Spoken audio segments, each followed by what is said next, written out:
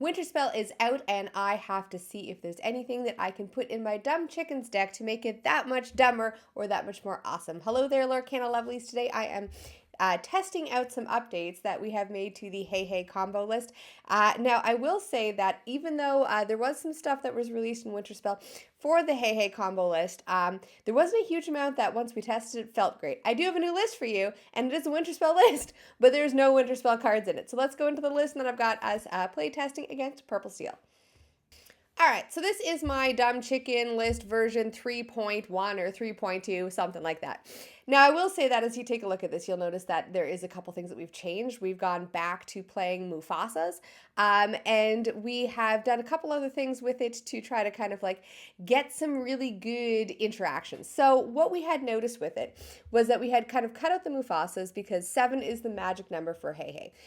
If we are able to combo off with HeiHei on turn 3, we will have 7 ink in our inkwell on the play, 8 ink on the draw, which is great. But considering most people want to go first, we wanted to make sure that we weren't going to be hitting 8 drops off of the top decking after we Dumb Chicken combo and not be able to play it, especially since Mufasa is uninkable. However, that really made us feel like we were only playing the only thing off of the top, always top decking and just playing one threat a turn, which is not what we want to do. Often with decks like this, you want to be able to play a couple things because that's how you get your value. You get your value by kind of playing as many big things as possible and pushing that kind of lore to be able to kind of get there, or have more than enough kind of characters out so you can challenge your opponent. If you're picturing it and you're playing against an aggro list and they have like 6 characters out and you are only playing the one character that you top deck each turn, that's only one thing to challenge their 6 characters with.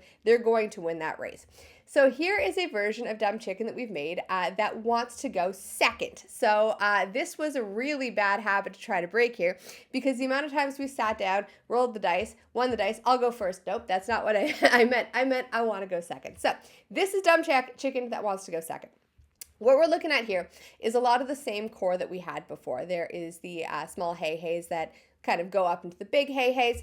And the rest of it mostly is it wants to fight, or we want to kind of play the big things off the top.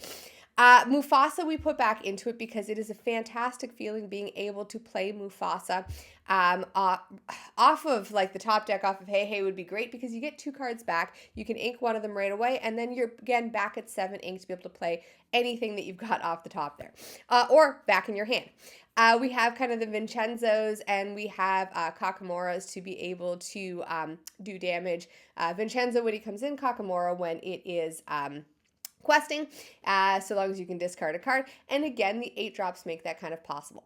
We did put in the John Silver. That is an 8-drop John Silver that does 1 damage to anything when it is readied. So not when it readies, but if it's readied at the beginning of an opponent's turn, it does damage them, which is great. It's a fantastic feeling card because if your opponent plays something, and especially if they're on an aggro list, it comes in essentially with 1 damage on their turn, unless that is a bodyguard or it's got rush or something to be able to turn it sideways, it's going to be getting a damage. And that feels awesome as well because it means that anything that they're holding back so that they're not turning it sideways is still vulnerable, not because it's going to be attacked, but because it's going to take damage anyways. So this is the basic gist of it. You'll see a lot of it kind of has stayed the same with kind of our big things like our Hades. We have Develop Your Brain and Visions of the Future to try to dig for those chickens. But this is the version that we have here. And again, this list wants to go second. Let's look at what we're playing against, which is Purple Steel. So this is a version of Purple Steel that I was given by Poisonous to be able to kind of test out Purple Steel as Whispers in the Well came out, because Purple Steel was what I'm debating playing in Ghent.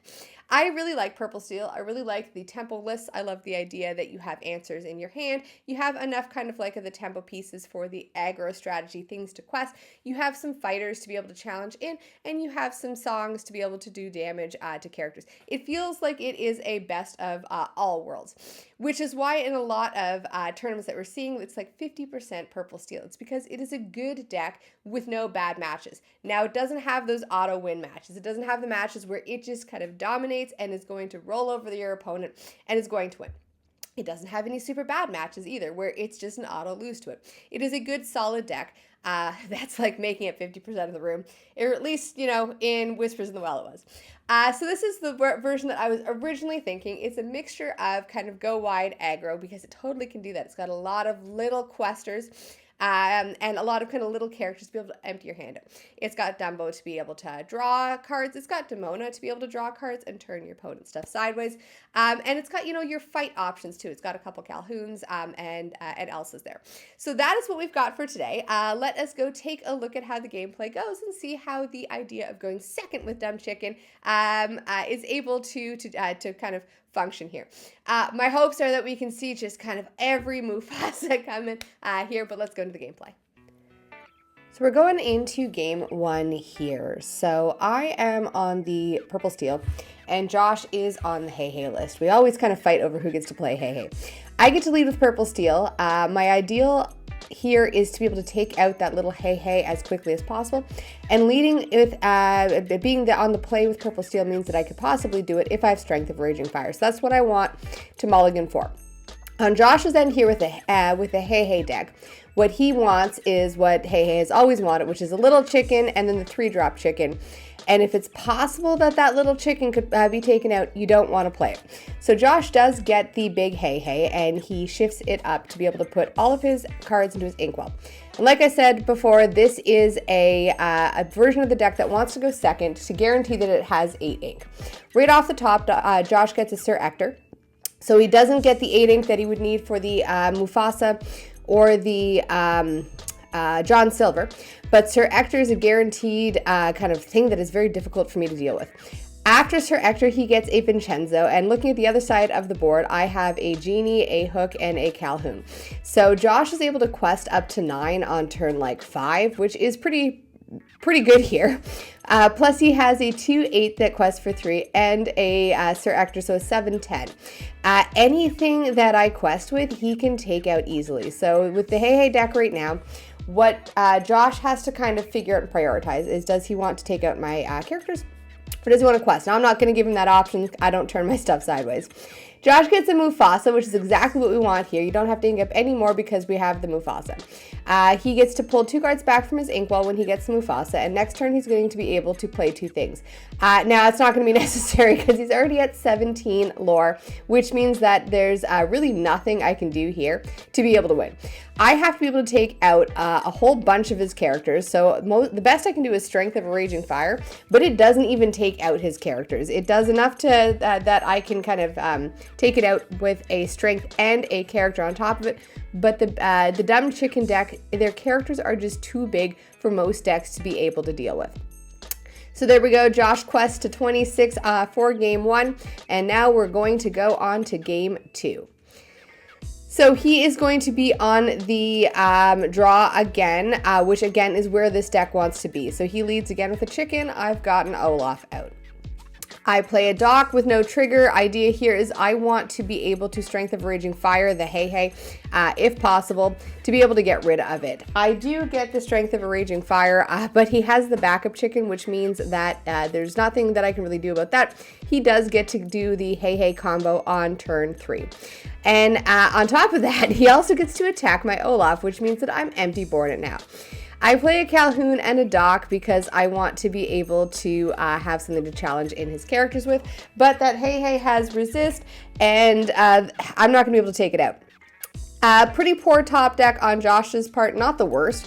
He gets a second big chicken, which means that, he does have two lore questers that are 1/5 with resist, so he's not really threatening to take out my characters, but at the same time, my characters can't really do much again about his. I quest to be able to hopefully get enough lore to cross the finish line before Josh, and Josh gets a small chicken, which he just inks. So inking that means that he can play other stuff off the top. There are some kind of 5-drops, 6-drops where he might want a little bit of extra ink, but it's mostly that chicken's not going to do much for him, so he may as well ink it. I am going to start to take out his HeiHeis and hope again that he just doesn't really get anything, which can happen with a HeiHei deck, but Josh has luck like this right now where he got a Sir Ector. So Sir Ector out of 7-10 can like wipe my field one character at a time, and that's the tough part with the HeiHei Dumb Chicken list. If you are top decking one character and you don't have the Mufasa to be able to play 2 threats a turn, you are stuck just challenging in one character each turn with whatever you top decked, which means that any aggro list might just run past you. And a temple list here, like the purple steel, can potentially try to do something about you while trying to get underneath you and cross the finish line first. And we can see that I'm doing a pretty decent job at that. So Josh gets a Mufasa, which is exactly what he wants here. It'll allow him to be able to play 2 threats a turn. I saw that he got a Pluto there, which is great. Pluto means that he can still challenge into my characters with the steel characters, and he can gain lore off of it.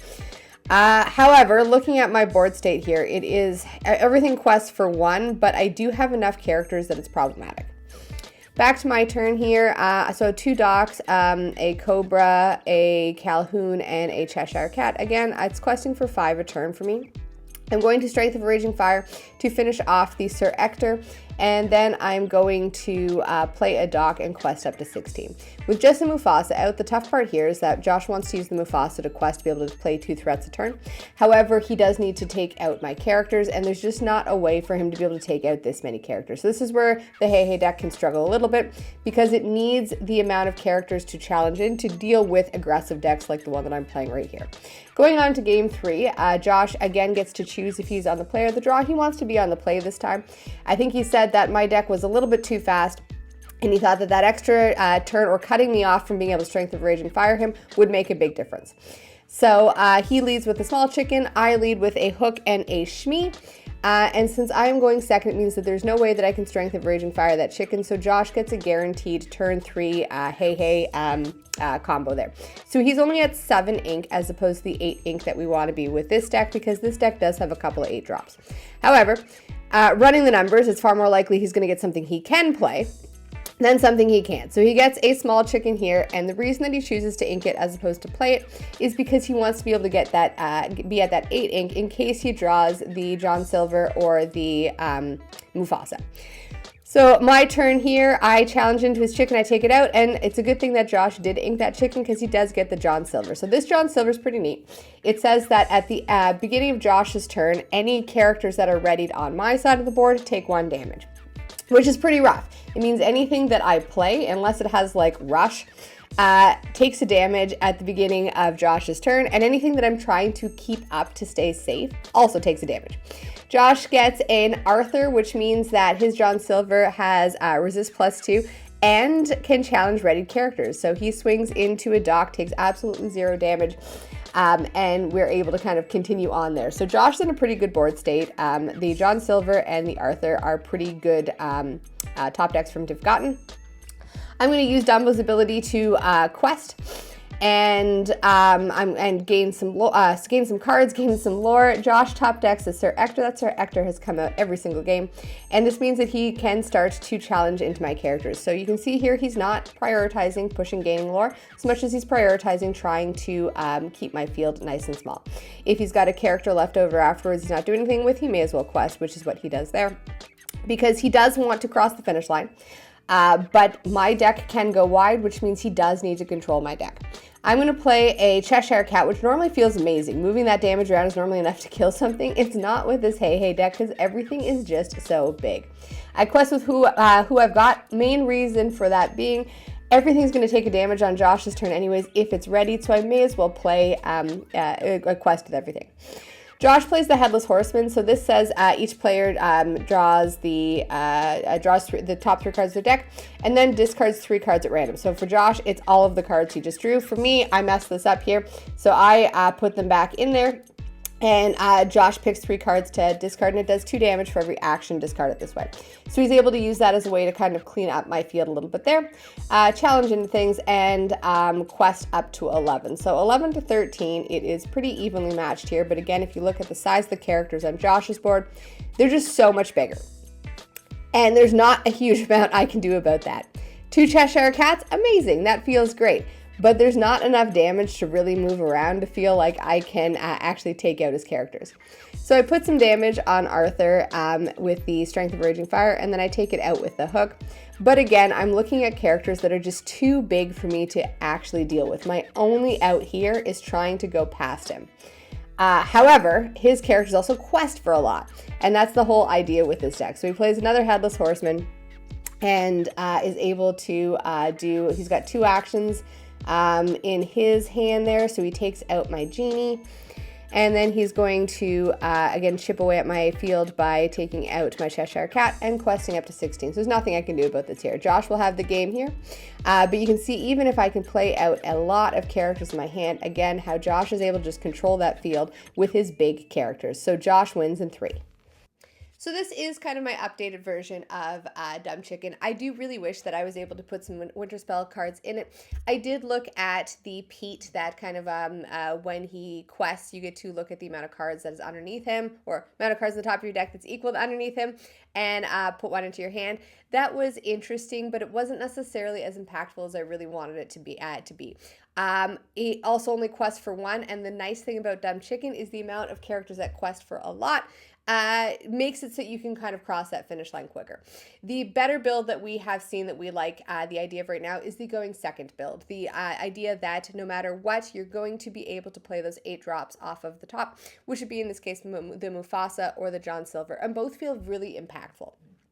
You can see how in some of those games, how the Mufasa did feel quite impactful. I mean, like a 4/9 that quests for 4 is difficult to deal with either way. And the fact that it also readies your ink means that you can play those 2 threats a turn that we were missing from before. We weren't able to play those 2 threats a turn, and that did make a big difference. Now, obviously, you need cards in your hand to be able to play those 2 threats a turn. So being able to draw an extra card out of your inkwell, or 2 extra cards, I guess, out of your inkwell with the Mufasa allows you to be able to have those threats. And since the deck is mostly 7 and 8 drops that really feel impactful, chances are, hopefully, you have better luck than I tend to have, and you have the luck that Josh has, where he gets good cards out of his inkwell. So this is the update for Dumb Chicken. I have a different version of it that I'd like to share. I'm going to share that without gameplay because I doubt I'm going to test it, which is Infinity. So I'm going to bring Dumb Chicken again, but I'm not going to be playing it in the main event. Instead, I'm going to be playing it in some of the Infinity side events. So my big changes is what I'm really excited about, which has to do with kind of like my favorite card that's ever been printed in Lorcana, and I'm going to do just kind of like an updated list video on that. So if you want to know what my thoughts on Dumb Chicken are in Infinity, that'll be later. So Dumb Chicken will be coming with me to Ghent, but I think at this point in time, I have to commit to a deck, and I think it's Purple Steel that I'm going with. So I have to figure out one of the like 6 lists that's out there, what one I am, I don't know, feeling the best to be able to go play there. So that is Dumb Chicken. Go give it a try. See how it feels to go second. If anything, it just feels weird to say, I win the dice roll, I go second. But you know what? It's nice to be able to say when your opponent says go first, but yeah, I wanted to go second anyways. So there you go. Give it a shot. It's a lot of fun. And I'm hoping next set we can get some real big impact cards at 7 and 8 in blue or in steel. Sorry, sapphire or steel, so that I can really make some good updates to this deck.